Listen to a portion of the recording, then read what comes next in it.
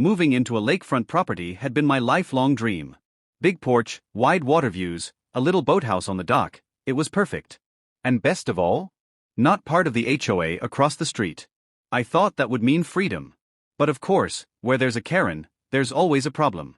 From the day we moved in, Karen, the self-proclaimed queen of the HOA, decided my home should be under her authority. She dropped off packets of rules, demanded monthly dues, and even threatened me with fines for having unapproved siding.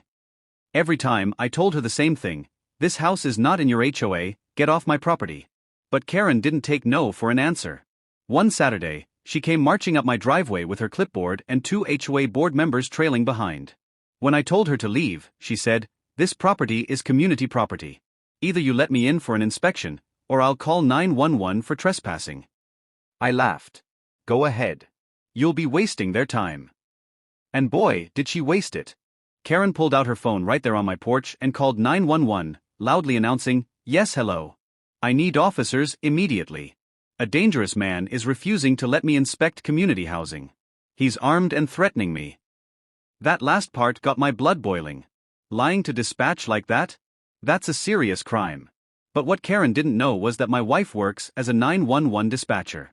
She was at the console that very moment, and she knew our address like the back of her hand. As soon as Karen started spewing her lies, my wife calmly said into the headset, "Ma'am, can you confirm the address?" Karen rattled it off, smug as ever. My wife responded, "Interesting. That's my house. And the man you're describing? That's my husband.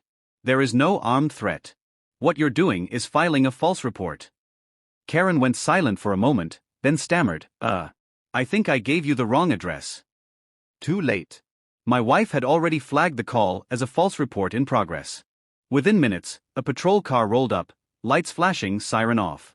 The officers stepped out, already briefed on who the real problem was. Karen immediately pointed at me. "That's him. Arrest him for threatening me." The officer didn't even look at me. Instead, he turned to her and said, "Ma'am, you're under arrest for making a false police report and trespassing." Her face went pale. "What? No. I'm the HOA president. I have authority here."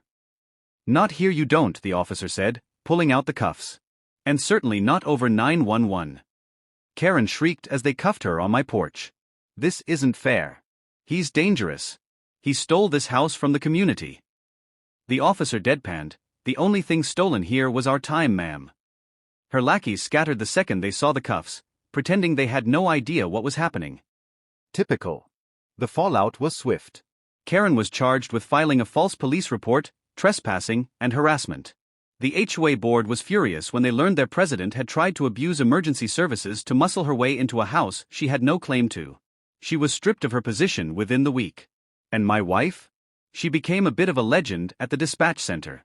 Everyone laughed about how Karen literally called the one dispatcher she couldn't lie to. Now, whenever Karen drives by my house, she speeds up, eyes glued to the road. I guess it's embarrassing to know that every neighbor knows you tried to fake a 911 call and got arrested by the very system you thought would protect you. The irony still makes me chuckle. She called 911 thinking she could force her way in. Instead, my wife took the call. And Karen forced her way straight into the back of a police cruiser.